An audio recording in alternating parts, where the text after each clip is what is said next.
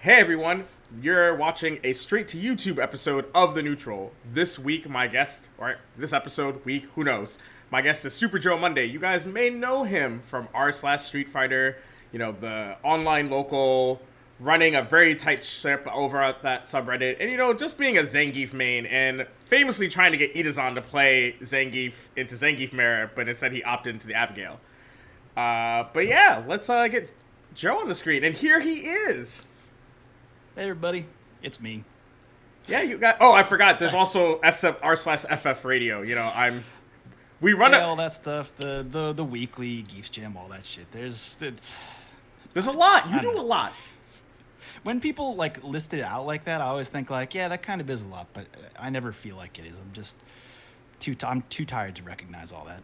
Yeah. But about that Itazan story, man, I was trying so hard. That was at what, Canada Cup? Yeah, I don't know if I've told this story to many people, but so this was Canada Cup 2018, and it was me and Itazan on stream, and walking up, he was like, "Who do you play?" And I'm like, "Zangief," and he looked over at me and went, "I apologize," and I was like, "You know what? You're right." But when we got up on stage, I was like, "Itazan, I will mirror match you Zangief right now, V Trigger 2. I will buy all of the beer for you tonight. I will buy all of your drinks tonight. Please. Just let's do that." And then he was like, "No, I have to. I'm sponsored. Like, I can't. I have to be honest." I'm like, "All right." He's a gentleman, but fair enough. Yeah. Anyway, that was my derail this for a minute. No, you're fine, because I remember I was at that Canada Cup, and I remember watching you go up to play him on stream, and I saw that there was like a little Discord going back and forth. And when I asked you afterwards what had happened, you were like, I tried really hard to bribe this man to play the mirror, and he refused. He wanted to win, and I understand. I understand that. Dude's got bills to pay. Mouths to feed, even. Like his own. Alright, but, we're going to talk about a topic that's a hot button issue currently in the FGC. Who knows if it's a solved issue by the time this goes live? I doubt it. And we're going to talk about moderation in the FGC, both in Reddit, which is, not something people were often talking about when this topic came up recently, but especially in stream culture. So let's start with a little bit of history, which, you were kind of one of the faces of r/StreetFighter. And how did that come about? Because we talked a little bit before the show. This isn't your Reddit. Like, you're not like the grandfather owner of r/StreetFighter. No, it actually goes back to RSF4. So this was probably about 6 years ago for me, where I joined that team because I was doing character write-ups at the time, and they were like, "These are really good, and you're on the subreddit all the time. Why don't you just join the mod team?" And I was like, "Sure, what the hell? I'll give that a shot." Over the years, like, when Street Fighter V was coming out, we did it before we made that switch to our Street Fighter in general, just to encompass everything. If like people wanted to stay with the old game, they could post Street Fighter 4 stuff to that subreddit, or if they wanted to post Street Fighter 5 stuff, it kind of meshed everything together. So when we made that move, around that, when it was like a little bit before Street Fighter 5 came out, people kind of didn't like it. It was a little open to more, because it was just open to more things, and people hate change.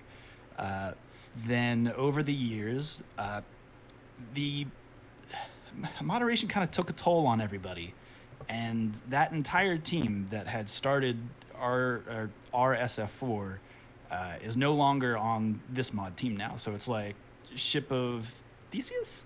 Like, it's a totally different mod team now. I'm kind of the last carryover from those old days.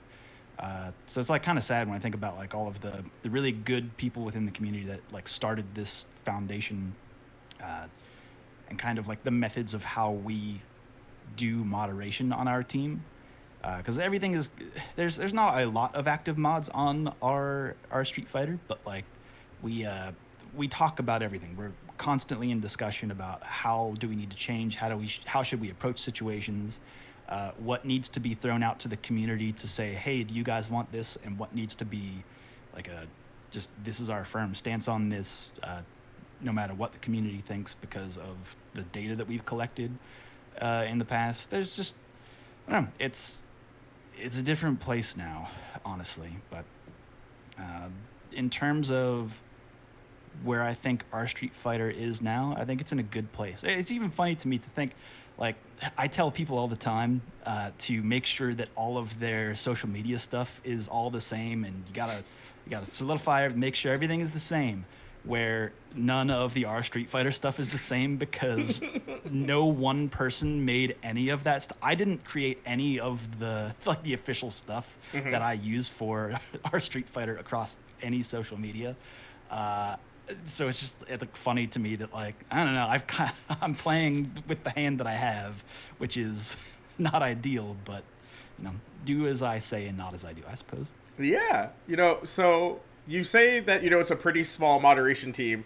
So I'm gonna tell my story of how I started talking to you, which is for some of you may know that as far as Street Fighter content goes for me, it started all at Evo 2016, which was followed by doing, I believe, I did Final Round, not Final Round, I did Defend the North shortly after, because Defend the North used to be after Evo. It's now before Evo because Evo got pushed further back in the summer. And then I went to Red Bull Battlegrounds Boston, where I did my first video content.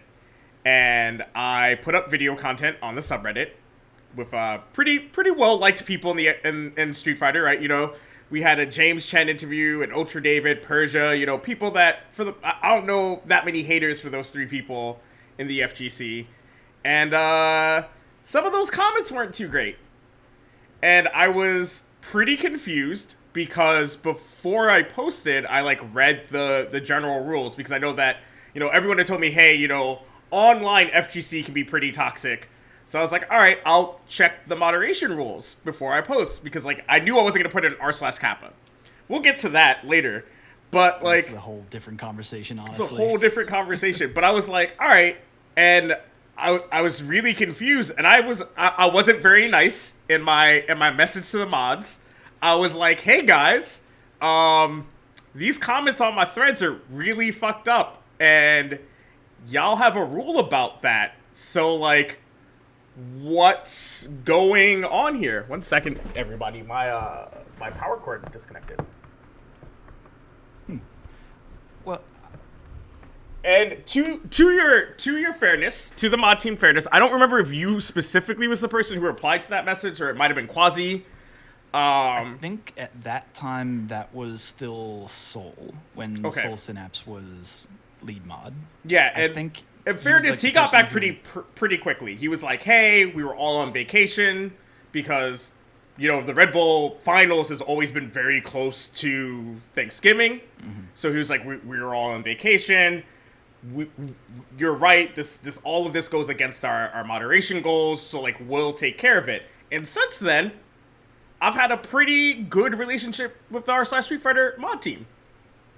Well, that particular instance, see, here's the thing about the way that I like to do moderation and kind of keep ourselves in check, is that being put on blast, if someone is like, hey, this is fucked up, what the hell is this? Then that is a huge red flag to us to say, we need to change things. Because I remember that specific moment, that actually changed a lot of how we operate, and the kind of the automatic flags that we have set up now to make sure that none of that stuff even passes the first line of defense before it even gets to us. So as soon as that happened, and you say that we responded pretty quickly, but there was a whole conversation over that holiday weekend of hey, this is happening, why did we not catch this? Things aren't being reported, and we can't be in every thread because there's only especially at the time, there's only maybe 4 of us who were active, and Reddit is it's a pretty big subreddit for 4 people to moderate. So having all of that stuff, having eyes on every thread, reading every single comment, is just it's an impossibility. So that kind of gave us the heads up of we needed to create a better auto moderation tool to help us just nip a lot of that stuff in the bud, or set up a lot of specific keywords and phrases that people often use in hate speech to go, okay, that's cut off immediately. We might go back and approve it if it's like things are misspelled or like it just like depends on the situation. But if like we are pretty staunch about like people using any kind of hate speech to just it's just not allowed. And if it doesn't pass the first filter, it's not going to pass us. So that's that. It was around that time where we had really changed how we moderate as a team. Yeah, no, I mean, and I bring up the story not to be like, oh man, r/StreetFighter is a cesspool. It's to highlight, one of the things that came up in this I want to say it's a recent conversation because I think it's been an ongoing conversation since I've been a part of the FGC, and I've been following the FGC on Twitter for I'd say since 2015, and I don't think a year goes by that this doesn't come up at least 3 times. This isn't this like thing that like ebbs and flows, it gets better, and then people stop talking about it. No, it's just that, like, you can't talk about it 24/7, 365 days. So it hits a boiling point. Get tired of and then people are like, all right, everybody's chimed in. Then everyone's like, all right, everybody chimed in. And then it hits a boiling point, everybody chimes in, and it goes away. Is that, a lot of people feel like mods just don't do anything. And I know specifically a lot of people are more so referring to streams, but it does spill over to other areas of the FGC. One of them being specific Reddits, right? Like, r/StreetFighter, considered one of the better FGC Reddits. r/Dragon Ball, I've had a pretty good time there. Good kids. r/Tekken, maybe not so much. Not so much. r/Kappa, wouldn't touch that with like 100-foot pole. Yeah. And the thing about the main difference is this, that we care enough to set up safety nets for ourselves so that we don't have to do as much actual work. A lot of that stuff is automated. Like, I feel like good moderation starts at automation, and in my opinion, with the amount of like input of enough like inputs, like people saying things all across the subreddit or even through like Twitch, there's a big stream of consciousness, right? And no human being can look at that and say this is good. Like this, you just can't parse it as one person. So it starts at auto moderation. So you have to have some kind of tool that is built that, what's the word I'm looking for, not smart enough, but the people robust. Who built it you have to know how people are being hateful. And like the key words that people are using, because a lot of the times when people are being hateful, they don't actually use slurs. There's specific coded language that people use a lot of the time that honestly I didn't know about before I started having conversations with people who were on the butt end of being of receiving hate speech. So it's like you have to have that conversation first. You have to have that input from someone saying, this is how I'm being targeted. How can we prevent that? You have to have that conversation first to even set up that first firewall of this specific word isn't allowed, like this, and not even just allowed, but like throws up a red flag.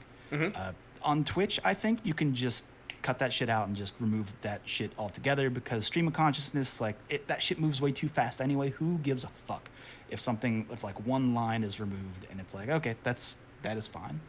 I don't necessarily know if like timeouts are the correct response, but maybe building like a really smart tool that knows the kind of language that people use and has a bunch of keywords in it that it can search out and just delete automatically so that you don't have to worry about that stuff. And then send that to the next level of, okay, now it's on the human being's eyes are looking at it, and now like they can see in like that second level of approval to see, oh, this was actually just nothing. Like, because there's like the other part of it is that our auto moderation is strict enough that sometimes a lot of the words that are used, like I don't know what the entire library of words is, but it's pretty big for us, is that some of the time it's fine. Some of the times the language is fine. We have to go, okay, yeah, this is actually okay. Like within context, like this makes sense because a human being has to give it context. And then I kind of want to say there's a third level to this, and this is kind of like the meta level of human to human interaction of the people who you have like a specific influence over, like people in your circle of influence, your close friends even. Like when they start to use that language that is codified as like hateful language, you have to kind of put them on notice. Say, hey, I know that like our whole friend group was kind of laughing about that specific joke at that specific time, but like you have to understand how that might look for like if someone else was in the room, or have you considered this viewpoint before, just to like bring it up and put them on check if that happens in your actual real life. But that's like the person to person moderation, and I like to say that out loud as much as possible just because those like that level of person to person, like we have to keep each other honest, and that shit is actually very difficult. It's difficult to have that conversation with someone of like, oh man, like this could be construed as hateful towards this negatively impacts this minority group, and this is how. Even I'm not saying that you're racist, I'm not saying that you're sexist, it's just this is how this comes across. Do you understand the context? And that conversation is more difficult. But anyway, that's a whole like other social aspect of running a social platform. Yeah, but so I think so. The thing that's like interesting to me though is that like, and this was something that you have brought up to me when we were talking personally about moderation way before I thought about having you on the show, is that you brought it up, the auto mod, and it maybe I underassume things, but it can't be too hard to set up an auto mod, right? Like we've offered that service to all the other fighting game subreddits and no one uses it. So that's what I'm saying. And like I said, this is people who watch this show, people who come across this clip, whatever, you know, you're going to try to say, oh, well, my subreddit's good and, you know, this subreddit's bad. And someone's going to say, nope, this subreddit's good, your subreddit's bad. That's not what this is necessarily about. No. What is interesting to me is that it's like a base level thing, right? That there are other mods that aren't the fighting game mods that have figured out how to use an auto mod. And so I think a lot of times when this conversation comes up, one of the problems I see, and it's a problem that, you know, I try not to be a part of, is that we say this is bad and we don't offer solutions. We just say like, this is fucked up. Do better. Right. And then like we don't put tools into people's hands. And so like, since, you know, when we did the Alexander Lee episode, guys, where we didn't come up with a way to make better money in the FGC, this episode, we are going to talk about how we fix things. And so line number 1 is auto mod. I think, like, that's just, like, a very basic thing that we can do to clean up our subreddits. For the ones that want to clean up. And apparently it doesn't feel like I said, some subreddits have really good teams, right? They've got 20 people on the mod team for, like, a 100-person subreddit. Because reasons, right? Like you go to some of those subreddits and it's like 10,000 users, 1,000 currently on, and then you look at the mod team and it's like 25 people, and you're like, well, it's like most of your community, huh? Yeah.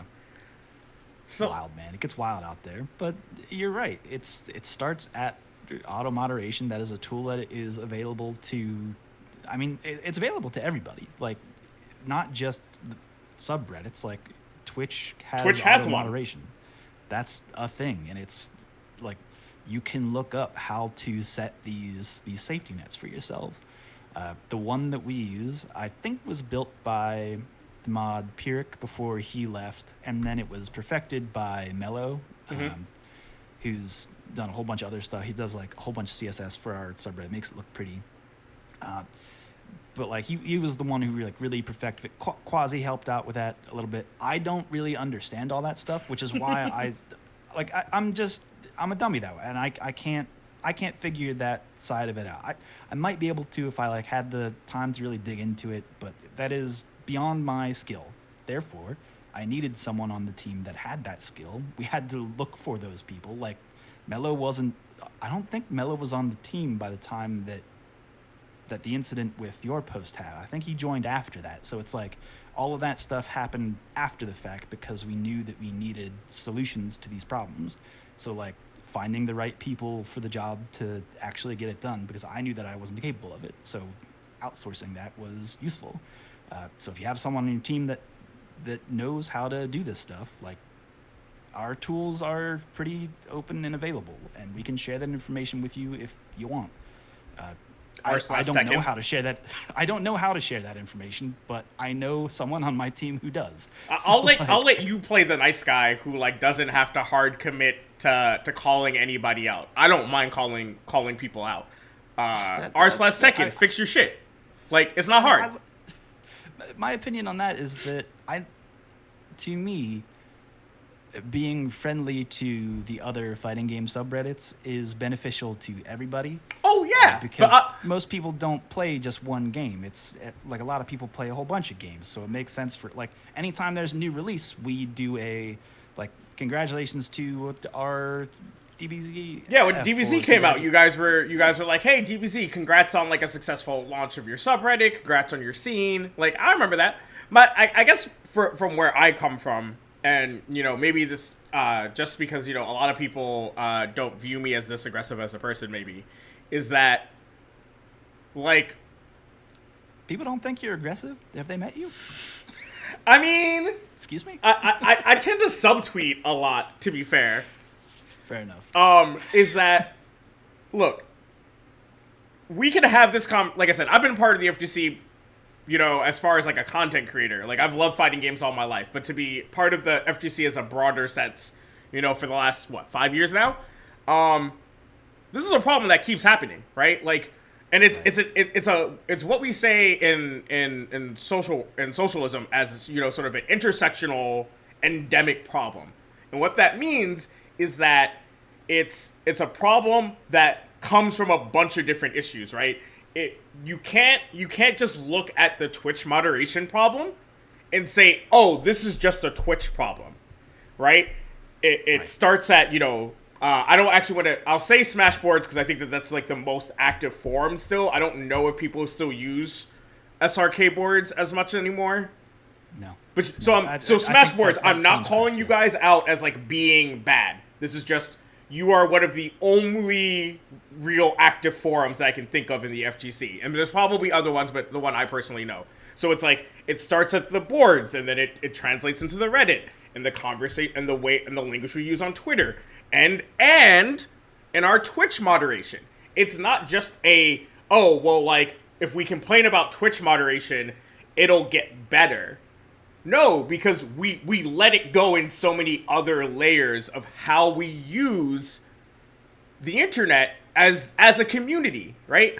And this is to say everyone's a bad apple, but, you know, when every single woman who spoke out last weekend, you know, back in, it's January now, so, you know, this episode's probably going up in February, but, you know, when this all blew up on the weekend of the 26th, every woman had a story.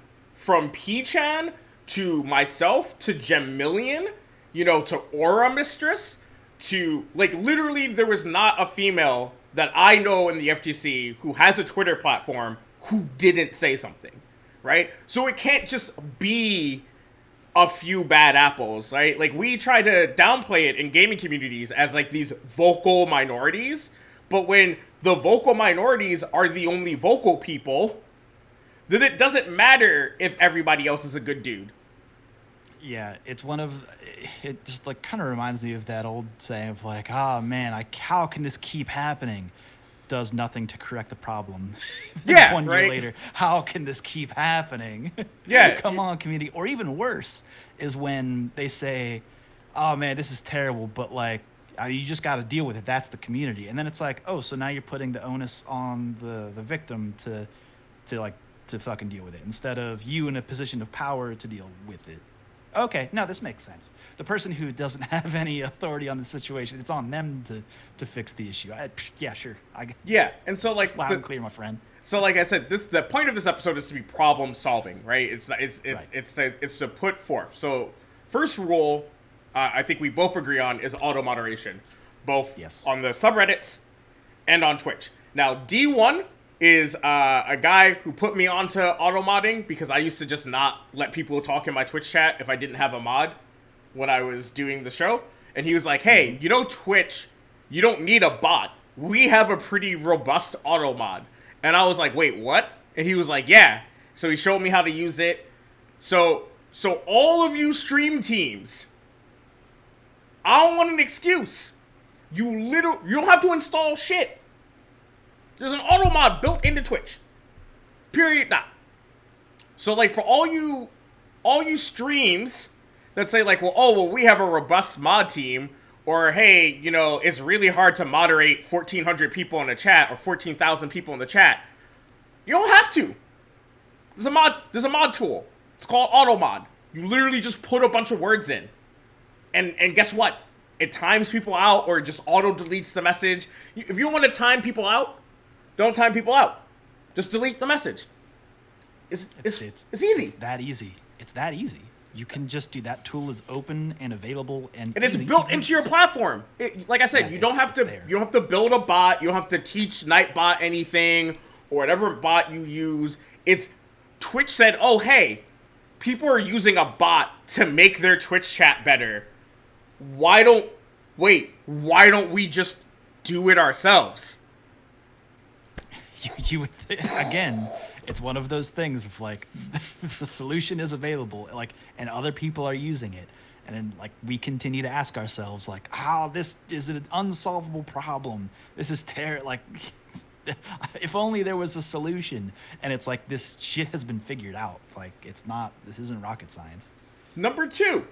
And I think that somebody pointed this out, and I didn't catch it immediately, which is that, you know, the person who was highlighting what was going on during Evo Japan when I think it was a female Tekken player was on stream, was that they were all highlighted messages. Now, for some of you who don't use Twitch, they now have this new, or I should say they don't use Twitch chat. They now have this new thing where you get channel points, and you accrue these channel points by being a sub, by being a follower, by talking in chat, how long you're in chat while the stream is live. There's all these ways to accrue points. And then there's a base way to cash in these points. And most of the things you cash these points in are garbage and useless. Like the generic ones, right? There is one, though, that is called highlight your message. And there's a second one that is send a message in sub mode. Now, sub mode is a really good way. Sub mode is a really good way to moderate your Twitch chat when you have a very large platform, you know, like an FGC tournament is going to have, right? You're going to have upwards to 10K people in a chat. You cannot hire enough mods to moderate that. As Joe said, the stream consciousness is just too much. Activating your channel points for certain rewards is a choice. Mm-hmm. And one of the first things that the FGC on Twitter pointed out was not only did they allow this choice, they upped the point cash-in. Mind you, points don't cost money, but they were like, oh, what we'll do is we'll up the point cash-in. Maybe people, I don't know what was Evo's plan there, but they upped the point cash-in as if that was going to be a deterrent. Nah, fam. You start with 300 points. It takes like 3 hours to get to 500 points without typing. You watch tournaments all day. It's not hard to generate points. Yeah, you got to just have that stream on. It's just on in the background. You're feeding. You're adding to the feed. Come on, man. So add to the viewer count. So obviously. All stream teams, y'all should. I'm not saying you can't use your channel points, but maybe, just maybe, if your first line of defense for moderation is sub mode, and also a way to build revenue, right? That's, you know, something Spooky talked about. That's not what this episode's about. And that's a good thing. I think that's a good thing. Is sub mode, maybe you should turn channel points off for talking in sub mode. Well, or you make it some ridiculous amount, like 10,000 points. Well, because here's the issue with that, is that this is a solvable problem, because whenever someone types something in sub mode, it gets highlighted. That shit is highlighted. You can very easily, visibly see it, which means that if there was a human in the moderation team, they laid eyes on it. That it is obvious. So like a person, it took a person not aware that what was being said in chat was a problem to allow that to happen. Oh, so do you mean that maybe we should have better? Are you, Joe? You can't be saying that what the actual problem is that Evo just doesn't have capable moderators. That can't be what you're saying. I'm going to a little bit of an aside. Years ago, I noticed that on the moderation team that there was specifically there's no women on the mod team. There was no women on the mod team. There still isn't, which is something that it's one of those things where I would like to have someone on the mod. If you're a woman who wants to be a moderator for our StreetFighter, please let me know. But anyway, I brought that up to the mod team, like, hey, we should like get a woman's opinion on the mod team, just to have like that point of view, because currently our mod team doesn't have that point of view. So we're having all of these conversations, right? Mm-hmm.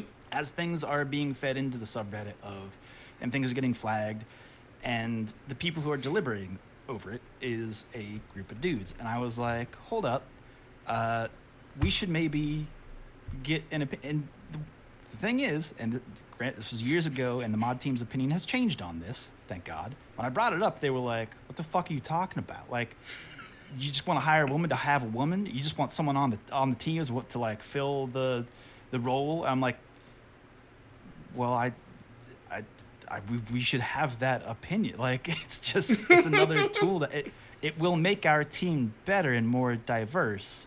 Like, it's not something that I'm doing because like I want to have a token woman on the team. No, I actually want to have a valued opinion that is different from the opinions and perspectives that this mod team is even capable of. Joe, like, obviously you're a simp. I'm sorry.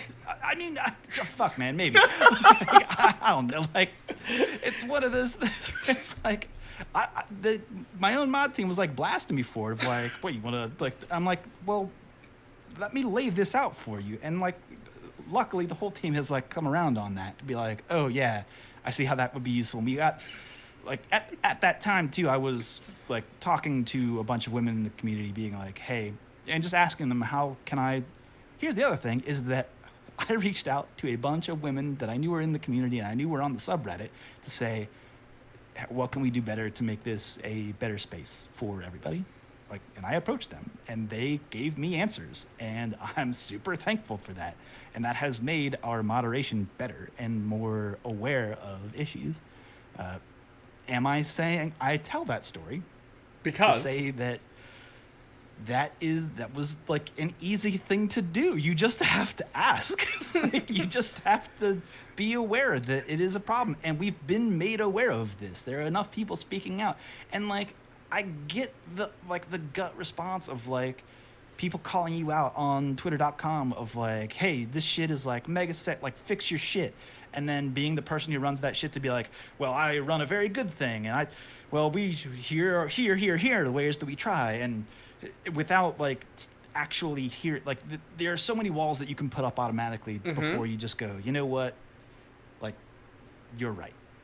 Like, you can just say, you know what, you're right. You can just say that. Like, it's not a show of weakness to say that you were wrong. In fact, if you grow from someone saying that you done fucked up, then that actually, in my opinion, makes you as representative of a stronger person. But who the fuck am I? But Joe, what I'm hearing, so like, here's the thing. We all joke about Cap Cops, you know, the moderation team for Capcom. But I'm not saying that they're perfect, because I've seen some shit in the Twitch chat when it's a Capcom Fighters event, but it is fairly good. I know a lot of the Cap Cops, you know, like No Good Citizen, who's been on this show, and you guys sponsored over r/StreetFighter. He's a Cap Cop in the chat. Amber, you know, Space K Queen, also a Cap Cop. You know, so like, we know some good people on that team, and we know that they do their best. Yeah. So I'm not gonna, but you know, Capcom put out a moderation call. And you know, you filled out a form, and there was an interview process, and then they picked Cap Cops.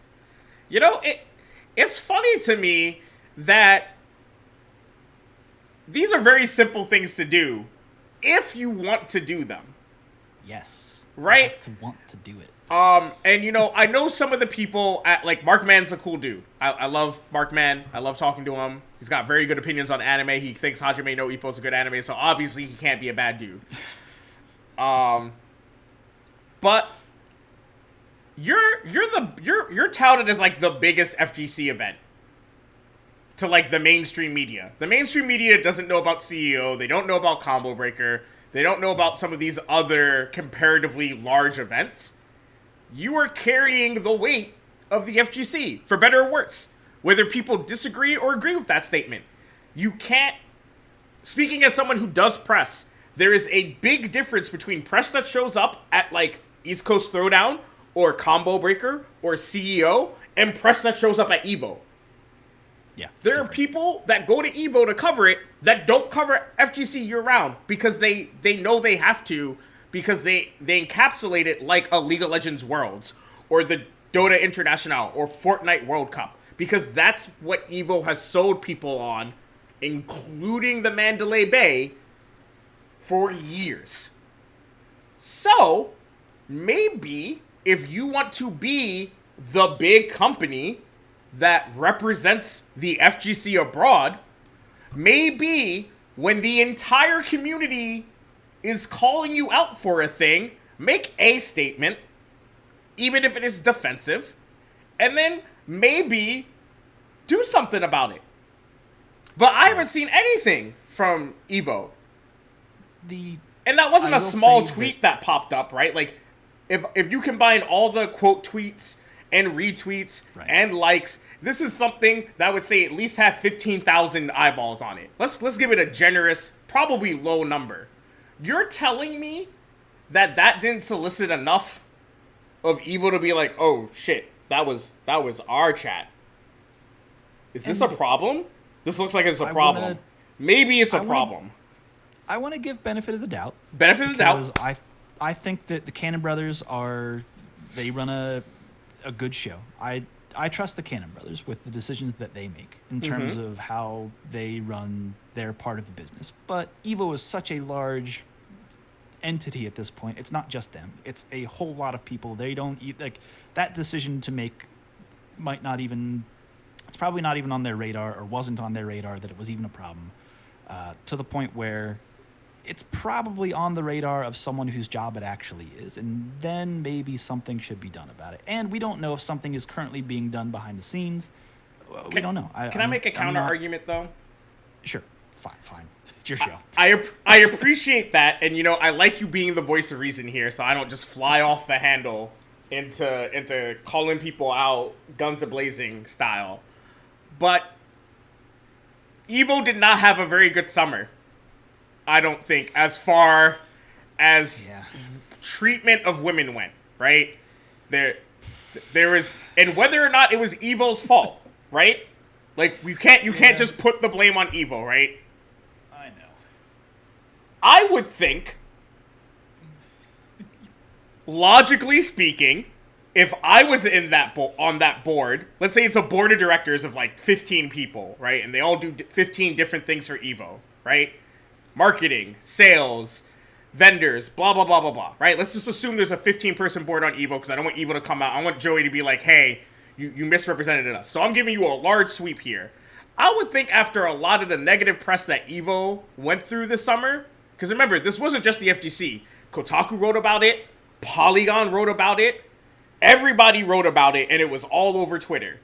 You would think, starting with EVO Japan, that they would come out swinging on a facelift. One might think that, but I don't know. The Cannon Brothers are busy making Project L right now. Maybe let's. No, like I said, look, I'm about. Like, real talk, this episode is an avenue for us to talk about some problems in the FGC as far as moderation goes. You're not wrong. Like there was an impetus to make change, and then like they had the summer, they had the winter. Now we're back in full swing. They just had their second largest event of the year, and nothing really changed. So it's like.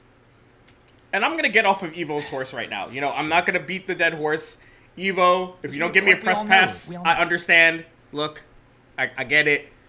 But I want to talk about a different problem in the FGC as far as moderation goes. Sure. And that's the not screening the mods that you have. Oh, yeah. So I don't know if you saw this tweet that Cuddlecore made, where Cuddlecore tweeted out that a certain pro player in the Tekken scene is a mod for one of the stream teams. And it's kind of a bad look when your own mod is the person being toxic in chat. Yeah. I don't know if I have much to say on that because I have a good mod team of people that I trust and have open conversations with. Because that's the other part, is that here's the other side that people don't see. I kind of brought this up earlier, but this is that whole issue of having that difficult conversation and yelling. I mean, just last week, or no, it was this week, just last Monday, I told one of my good friend fellow moderators to fuck off because I adamantly disagreed with his opinion on something.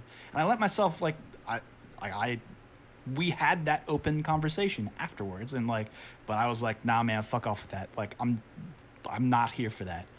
I had to make my stance on it. But that was someone that I love and someone that I trust and someone whose opinion will like carry forward in terms of making moderation decisions. So telling him to like, granted, it didn't just end with fuck off. We had like an actual intelligent conversation about like the issue at hand. I'm not going to get into details because I don't want to be that way, because this is I feel like that type of conversation needs to be a personal conversation between two people, or maybe more than that, or just like a small number of people, because on a larger scale, when you blow it out of proportion and things get ratioed to hell, then it is reason for someone to clam up and cloister and say, I might double down on my opinion. But in a one-on-one scenario, I could be like, fuck you, my guy. Like, this ain't it. And then like explain why, and then have that open are other teams having those conversations? Do they have that kind of relationship with their moderation team? Do they just give people swords because they're pro players? I don't know the answer to that, because but you know what I mean. That's part of the culture, right? Like you see. I'm going to use somebody who everybody knows is a good guy. I'm going to start with Justin, right? So you see Justin Wong's in your chat. You know, he shows up not only like when he's not playing, he like shows up during the regular stream night. So you're like, you know what? Let's give Justin the sword, right? And Justin Wong is probably a person, I'm going to say with 98% certainty, that you can give a mod sword to and expect him to not fuck up in your chat. He is a reasonable person who has like his business in mind. Like he's you could give Justin Wong a mod sword and not regret it. Right. And so I get that base instinct, right? Like if I'll speak, like if who's somebody I really like that I don't know super well, K-Brad. If K-Brad became a regular stream monster in my stream, you better believe he's getting a sword so that he might come back to my stream. I don't know K-Brad too well. We haven't talked too much. But, like, there's the base impulse of, like, yo, that's K-Brad. I want that dude in my stream. Sword. Right? I get it. But there's the flip side, which is that if I do that, it's going to affect, like, 5 people. Right? If K-Brad, I'm so sorry. You probably would never do this, but if K-Brad started using like the N-word all over the place in my chat, it would be bad, and it would affect the 3 people in my chat. But I could have a conversation with the 3 people in my chat and like demod K-Brad, and that's the end of it, right? It's not gonna affect a whole bunch of people's day. But you're not shitting in the streets there. You're shitting in an alley. It's not. Yeah. But, and I'm so sorry, K-Brad. I love you, man. If my chat has 15,000 people in it, and K-Brad is using the N-word all over the place about a player who just came on stream to play, who doesn't even know what's going on in chat right now, that's a completely different story. And what I think happens a lot of time is that like there's a problem in the FGC, and I think it's an esports problem in general, is that like we have this idolism, right? Where we look up to these pro players, right? They're living the dream that we're not living, right? They get to, I'll say it this way, they get to play video games for a living. Sure. And a lot of people would love to do that. Right? Maybe I not think, you. think you might like your 9 to 5. More hours than that. I think a lot of people like the idea of playing video games for a living. Sure. Maybe not the work that actually is involved in that. But go on. That's a whole again. That's another conversation. But continue. But they don't think about the fact that like you're also a stream team that is the broadcaster for a specific game at some of these medium-sized tournaments, right? Now, of course, for something like a TWT event, right? That's the official Tekken stream. Even if, you know, somebody else is running the show, it's the official Tekken team, it's their mods, so on and so forth, so it's probably a tight ship. Right. But when you're at Frosty, that's not a TWT event. That's not the official Tekken stream. That's your stream. And maybe in those situations, you should be a little bit more mindful. Like I said at the beginning of this conversation, the problems that women have been talking about in the FGC this past weekend is a intersectional and sort of endemic problem.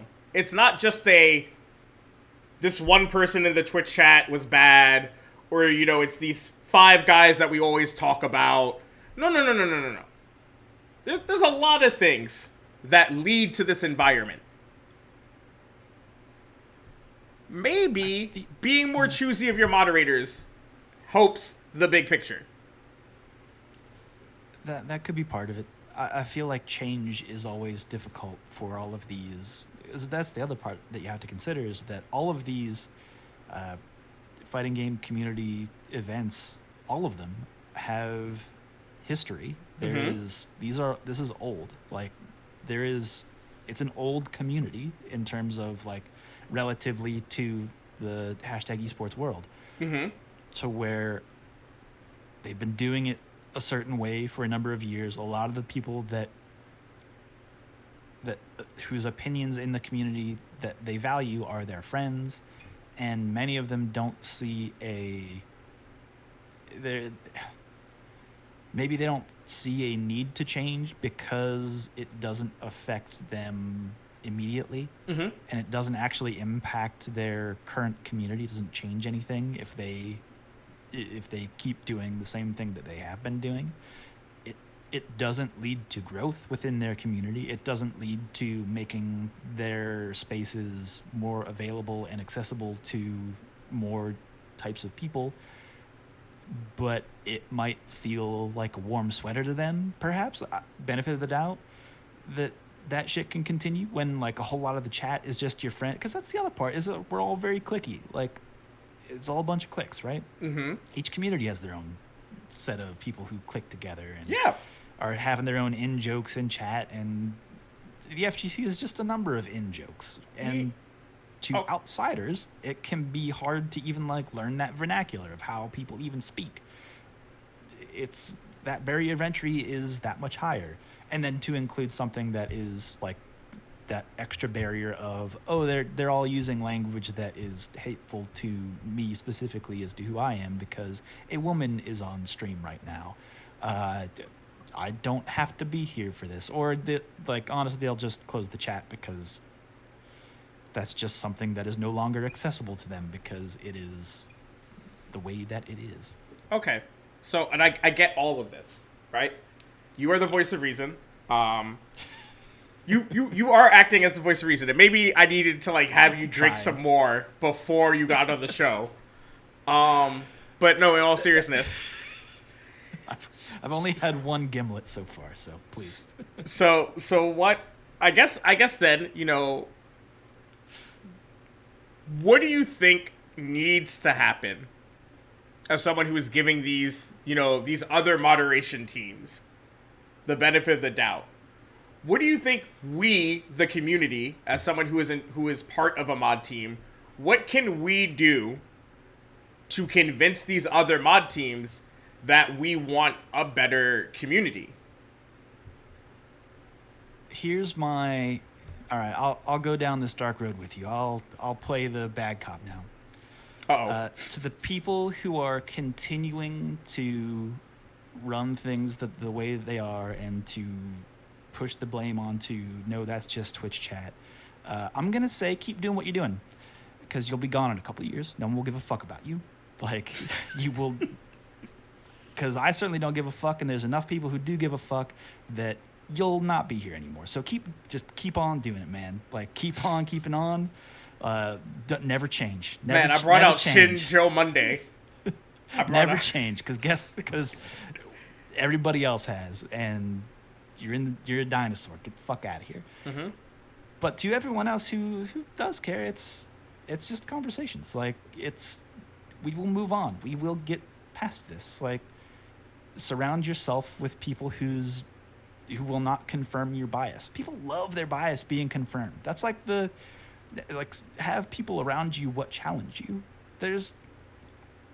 Having your biases confirmed is like why the news exists. So like it's one of those things where if you're not around people who force a change, that's the other part of it, is that there are so many people who want to enjoy video games in general, not just fighting games, but like all of esports. It is a huge swath of people that is not people what look like me, right?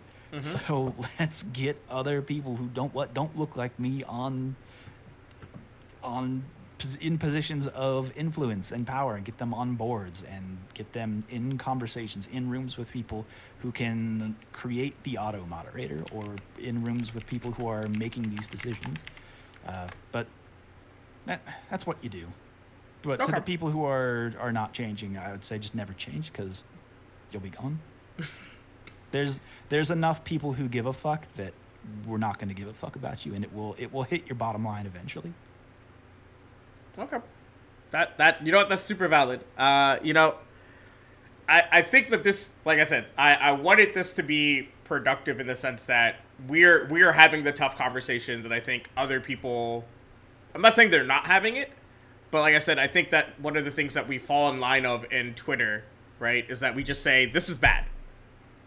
Right. And like Justin made a great tweet about, the FGC is supposed to be inclusive. Like, anybody who doesn't include women, you're just wrong.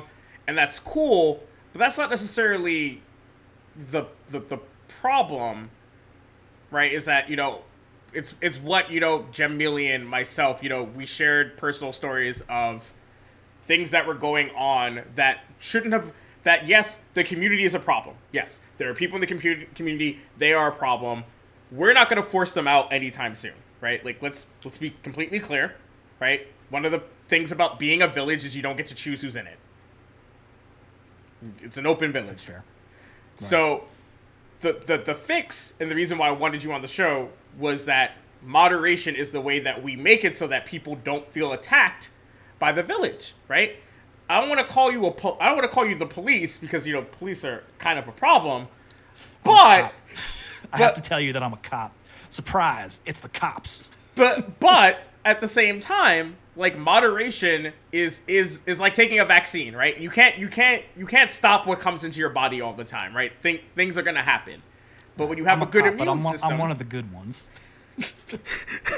But as part of our immune system, you kind of help prevent that from affecting us, right? I think that's what good moderation is.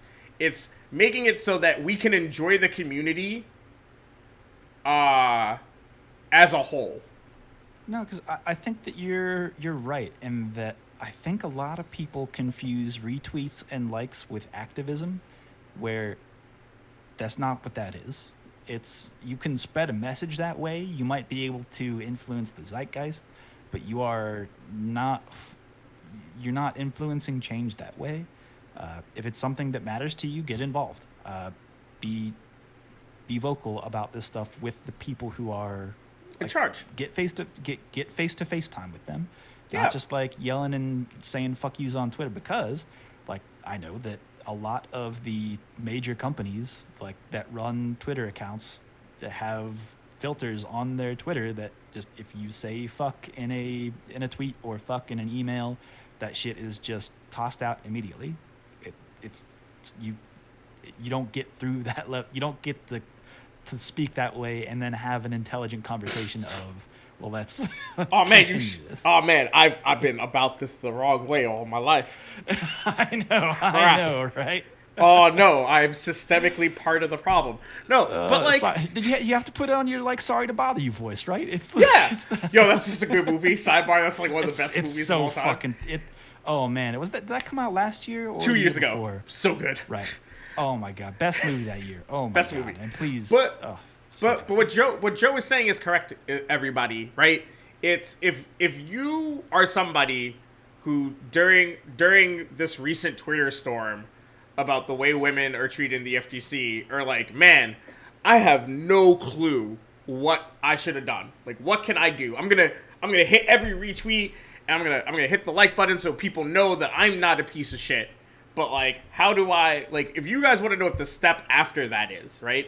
The step out of, carrying a banner that says that you're not a piece of shit, which I thank you, is reach out to your favorite TO. Reach out to your favorite broadcast team. Reach out to your favorite commentators, right? Commentators, they have a lot of weight to throw around. Now, don't inundate commentators because they're gonna have to do the same work that you're gonna have to do, which is convincing somebody. But reach out. Right. Reach out to Spooky. Be like, yo, Spooky, you run a great ship. I want to make it better. I want to make your stream chat the best stream chat on the planet. Hey, do you use AutoMod, man? Oh, you do? I can make your AutoMod even better, right? Reaching out to Bitfuke. They run a pretty good ship too. But don't say like, hey guys, you're fucking up. Or hey guys, you're not doing enough. Say, you're doing a great job. This is how you can do an excellent job. Because I'll give you guys some background. Now, some of y'all may not know this, but I work in diversity training and safe space coordination, which, everybody has some thoughts about safe space. I don't want to hear it right now. But some of y'all also know that, like, I used to be very involved in the Magic the Gathering community. When I was a Magic judge, because there's no formal training to become a Magic judge, we do these things called judge conferences to, train ourselves, right? I would always do a talk on how to create safer and more inclusive environments for Magic players. And on top of that, I would literally go to some of the biggest TOs in the US and be like, yo, you guys need to do X, Y, and Z. And here's why. I'm not saying, hey guys, you're fucking up by not doing this. I literally would say to them, hey, you should put policies clearly plastered at your events so that people know what they're opting into, so that because it's not against the tournament rules, people are like, oh, well, I can just get away with anything else. But if you have policies that are posted everywhere, you're creating a social contract. And guess what? Every major TO in Magic does that now. Now, can I take all credit? Probably not. But I definitely spoke to enough big people that I introduced it into the consciousness. Yeah. I influenced the way Northeast Magic the Gathering functions. I'm one person, and I was able to help do that by just informing the right people. There are definitely people who watch this, who are going to see a clip of this, who, I talk to, who Joe talks to, who you can do the same thing. You might have a really good relationship with Hado, right? That, you don't brag about and you don't use because, you're just Rick's friend. But maybe you should be like, hey man, we gotta be the vanguard, right? Maybe you have a conversation with Javeli. Hey, we should be the vanguard on this situation. Maybe you talk to Biggie, right? Talk to these people. They're humans. They care. A lot of these TOs in the FGC, they want it to be a good space. Yeah. Right? Biggie is a great dude. I've had conversations with Javeli. I like being around him. Hado, good dude. These aren't people that, like, want to see the FGC be a dumpster fire. Yeah, no. Like I said at the top of the show, like, whenever we fuck up, I really greatly appreciate it when people tell us, like, specifically, this is how you guys fucked up. Like, I will listen to you. And there are many people like me in positions of influence that run big events where they will listen to you. And you actually brought up a good point of there's many organizations and events that run that don't have like a plan for when things go bad. There's no like community policy, right? Mm-hmm. There's no social contract that people like sign into whenever they join a tournament, or at least there's not many. That does exist. There are some tournaments out there that are run well enough that they have like, here's the guidelines, here's who you would contact if something bad happens, or here's your point of contact. This person, if something goes bad, this person will listen to you. So at least be cognizant enough to have someone on your team where this is the person who will receive that kind of feedback. Because if you set it up and say, this is the person to go to when shit hits the fan, just having a person whose job it is to manage that shit, that speaks volumes. Like, that gives the average Joe someone to say, oh, well, I'll just go talk to this person, and this is something that I see. And like, there's somewhat like a degree separated from the organization as a whole. So you're not just like blindly tweeting to like, hey, at Evo, like, what the fuck? Which is being read by no one. So, you know. Exactly. So, we've been at this for an hour.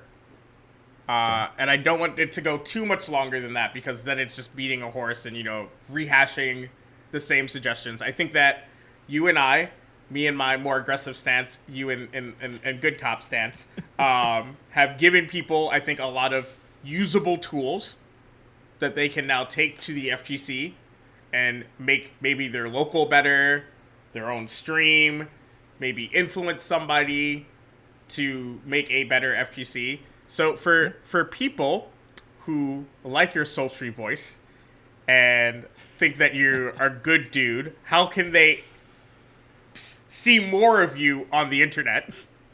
You can catch me at Super Joe Munday on Twitter.com or at Reddit SF, or just hop on to our StreetFighter and post whatever. We'll see it. And I always kind of want to encourage people that please, like, for whatever reason, people are afraid to self-promote on our StreetFighter, which I've always been super encouraging of.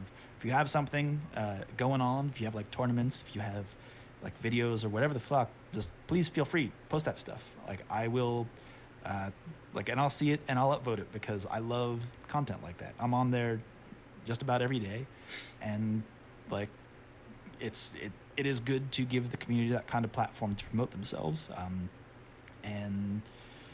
That's about it. We got tournaments on Mondays and Fridays. There's a podcast that comes out sometimes on Thursdays, although not recently. Sometimes, like this year, it's been like I've been mixing it up. There was one on Monday.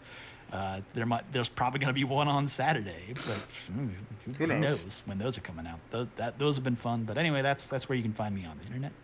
All right, folks, and y'all know how you can find me. If you're already at the show, you probably know, but you know, I'll go back to the single player screen.